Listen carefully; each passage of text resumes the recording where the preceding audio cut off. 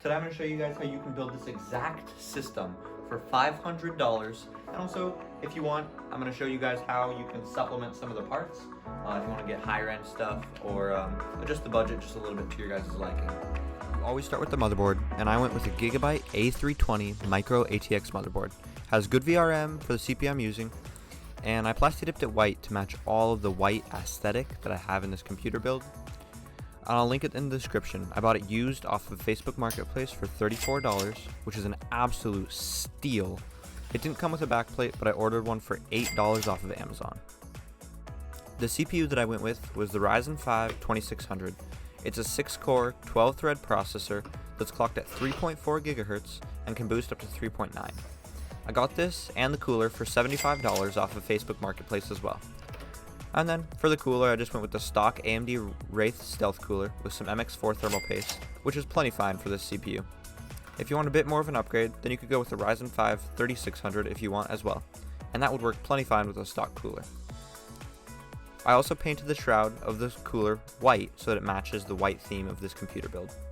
For the RAM, I went with a white 2x8GB DDR4 ADATA Spectrix RGB RAM kit for $74 that is clocked at 3200 MHz, which the Ryzen CPU will definitely take advantage of.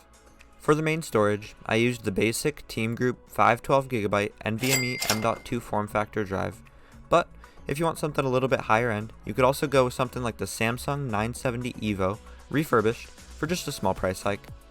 Just be careful to make sure that your M.2 slot is not SATA like mine, so you can actually take advantage of the extra speed. We'll talk about how I made it match the white theme a little bit later.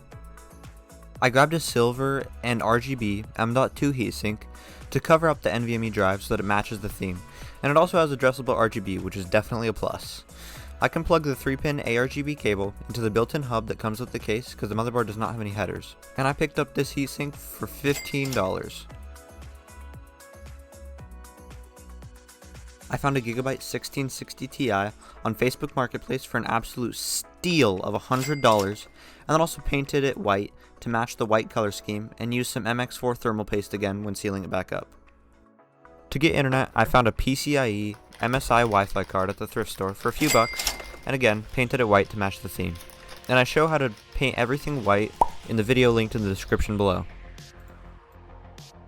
Last thing until the post test is the power supply, which I used the Thermaltake Smart BX1, which is 80 plus bronze and is E on the power supply list. But it's fine because I won't even use close to the 650 watts available for this power supply.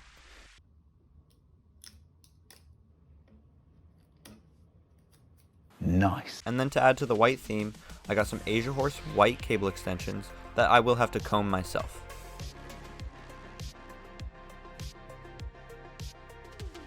The last thing is the case that I bought, which was just a case by a brand named Musatex or something from Amazon, and it's a white micro ATX case that comes with 5 pre-installed 120mm fans that honestly look absolutely amazing, and it comes with an ARGB hub as well that has 2 3-pin ARGB headers on it, and it has a button built into the case you can switch modes for if you don't have a header on your motherboard, which we don't, which is awesome. And I think it's just an overall amazing case for the price. I got it for $82 on Amazon.